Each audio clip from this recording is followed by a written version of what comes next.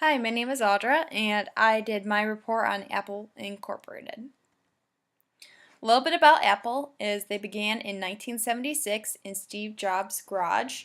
Uh, Both Steves there founded the company, and they had a slower start, but once they got things going, they became a very big part of the technology culture.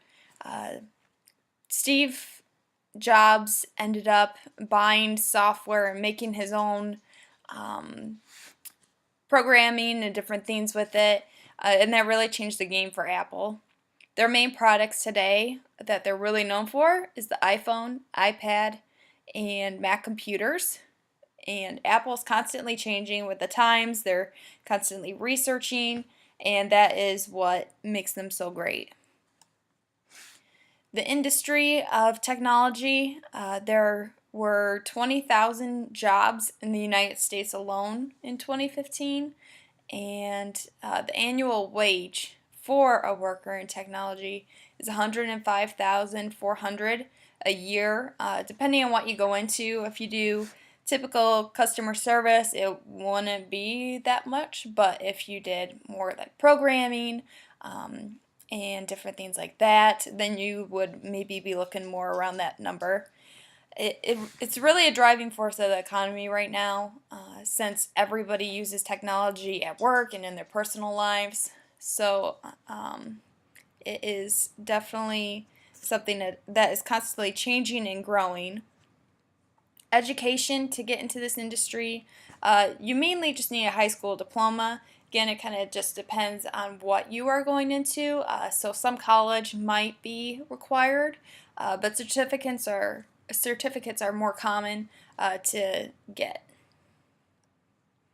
Some of Apple's competitors, the first one is Microsoft Windows. Windows PCs are comparable to the Apple Mac. A lot of people, uh, it's just a preference for the two. But PCs accounted for 88.77% usage, while Macs were at 9.57% in 2016. And so there's a big competition for Apple to go against the PCs to try and bring up their numbers with that.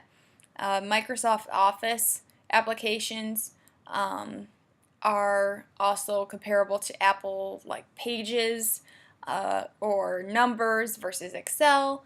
And so it's again kind of a preference thing. Brand loyalty is something that is major with technology. So once people find a brand that they really like and they see that it's easy to use, they normally stick with it. So these two companies have to really grab their customers right from the bat to build that brand loyalty. Google is another one. The Google Chromebook is very comparable to the Apple iPad or computers, and Google Chromebooks are used quite a bit in education and mainly in high schools. The Google Chromebook commanded 58% of the market in 2017, and they also have different apps that compete against Apple, such as their Google Maps versus Apple Maps. They're very similar, but they're just different features with both of them. And then Samsung is another one. The main thing that Apple competes with them for is their iPhones or cell phones. The Apple has an iPhone and Samsung has a Galaxy, and so that is what Apple really struggles with Samsung over. Samsung has 21% of the market, while Apple is at 14% for cell phones.